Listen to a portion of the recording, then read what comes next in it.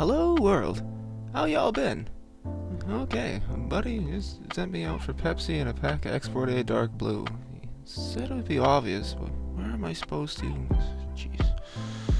Oh, right.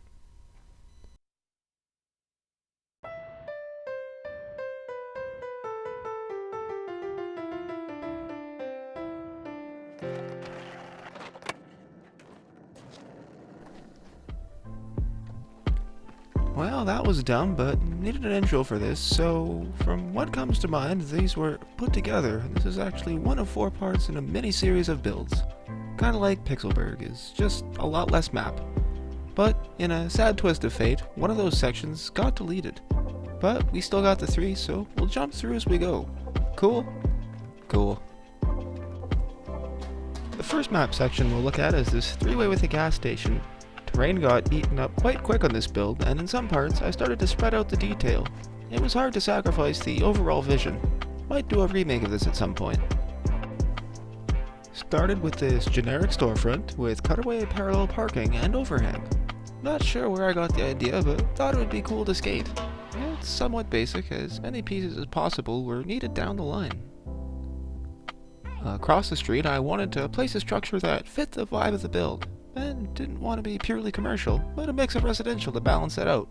So we went with this 1930s 2-story walk-up that Buddy lives in. It sure was a bugger getting it to drive on the slope, but compromised it with this medium-sized public area by the crosswalk enclosed with a steeper bank. Next to the apartment, 2 shuttered businesses. Economic downturn and lack of interest in the community, and a large green space next to said buildings. Terrain issues. Same old story. Making it work. Moving on. Continuing with the commercial vibe and a bit of context and background, a brick and mortar business of sorts to cap off the street, followed by some of the Victorian style condos with a few snippets of detail to help them stand out a bit. But not much. The majority of the housing sits along a sloped road and provides a little bit of a fun run. Go nuts! Last but not least for this section, the gas station.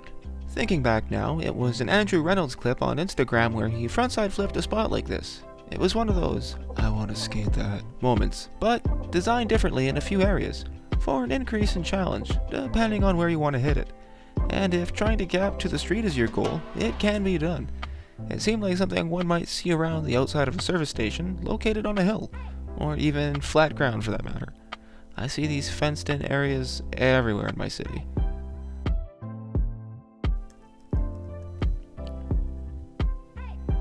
Out of the 2 driveways, we'll start over here with this one. The shrubs here act as a safety filler in the small drop, and is railed off accordingly. It would suck to fall down there on a bike unknowingly. Be funny, but would suck. Moving on to the pumps, we have only the single unit with the 2 hoses. Long lineups perhaps due to so few pumps. Careless customers leaving the hoses out makes for some long lineups to your own if you catch my drift.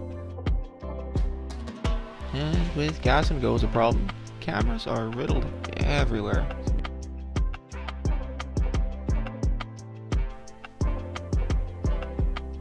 The gas station itself is your run-of-the-mill everyday 2-door service bay, grab an oil change and a coffee kind of gas station. Swap out your propane while you're at it and be ready for grills day after salads day.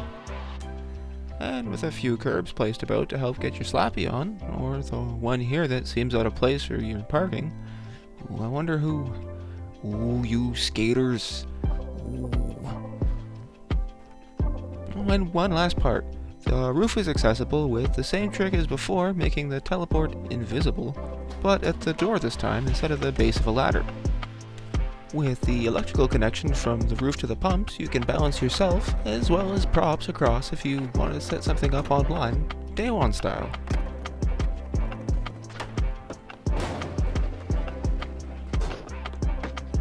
Or even drop it like it's Jaws.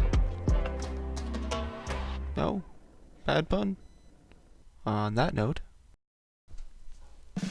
welcome to Greg Street, a dead-end residential bordering on the outskirts of the industrial.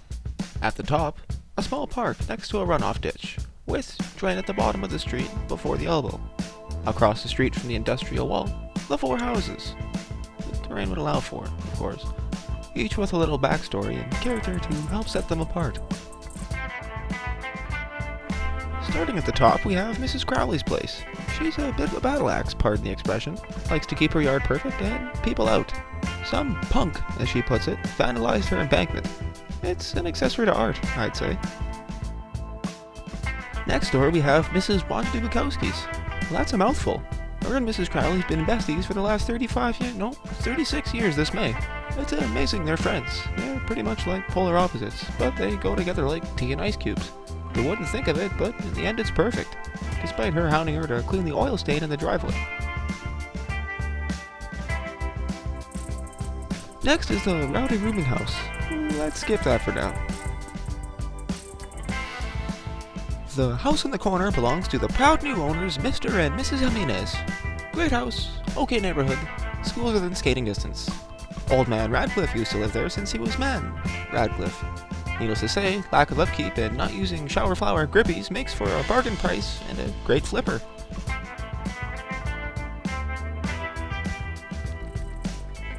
Let's let that party simmer out. I still gotta show you something in the backyard.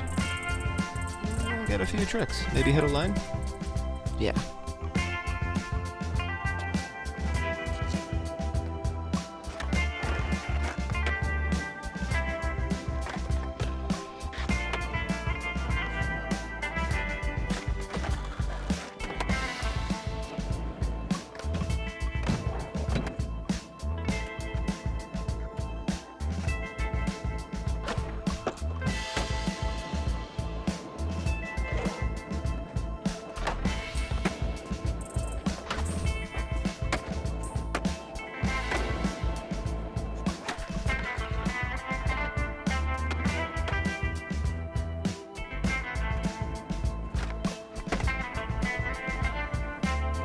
Let's see if that party's died down. Yep. Oldest house on the street, a rental property, and a party house. Regardless, the cellar was locked off and the landlord never comes by and... Oh! Shit! Okay, let's go. Back here, let's go. Where'd they go?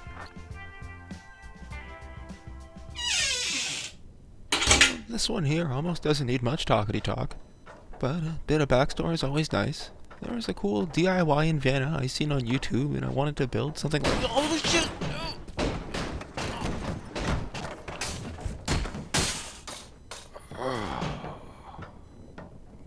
One moment.